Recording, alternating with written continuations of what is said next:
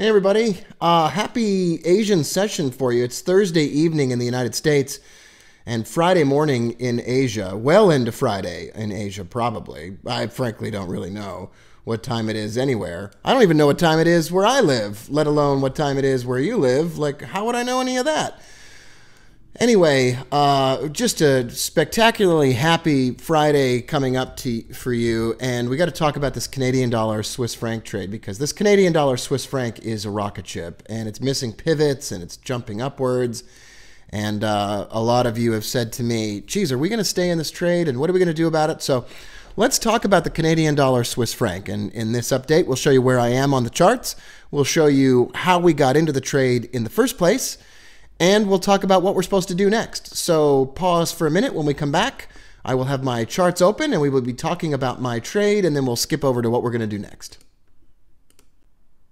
All right, here we are on the trading account, which is looking way better than it used to look. Remember when this position was down $27,000?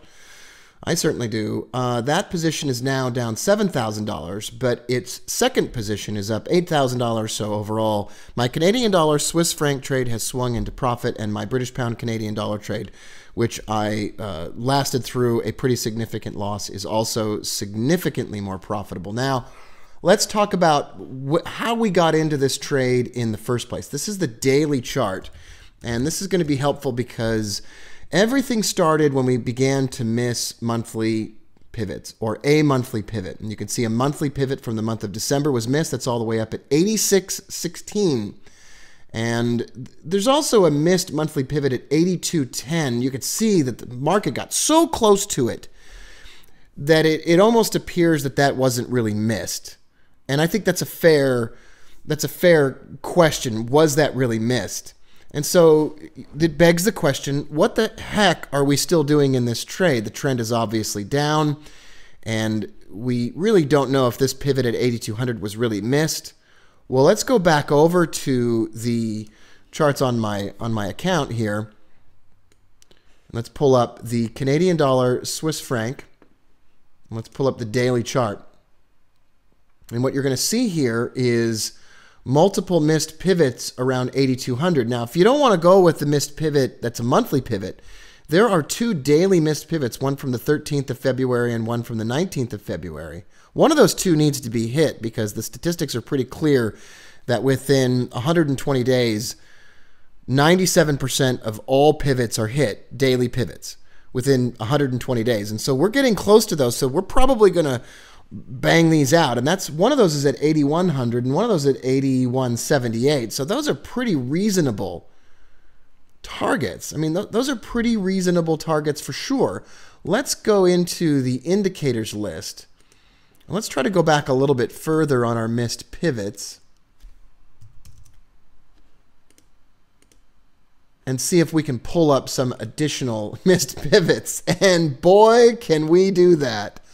Look at the other pivots that have been missed here. This is an incredible chart, truly, truly amazing. And I'm going to pull this up again, switching between time frames, because it's just an incredible number of missed pivot levels. So someone asked me, gosh, I'm getting a little bit worried. Should I be worried about this Canadian dollar Swiss franc trade? And the answer is, heck no, you should not be worried about this Canadian dollar Swiss franc trade. Absolutely not. There's no question that you should just be in this Canadian dollar Swiss franc trade until the end of time, really. I mean, look at this thing. There's missed pivot at 82.20, 8,300, 83.51, 83.72, 84.16, 84.40, 84.91, 85.21.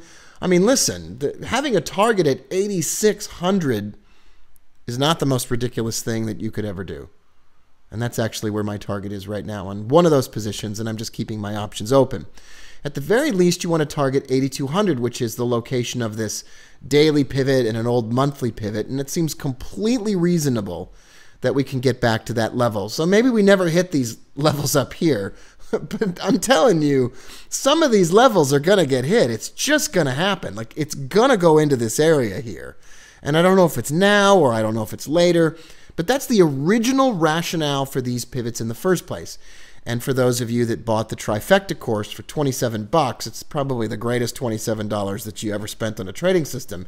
You all know that these pivots here mean something. It's a big deal. It's a big deal. And so we got into these trades because of these missed pivots up here, and we're not getting out of these trades.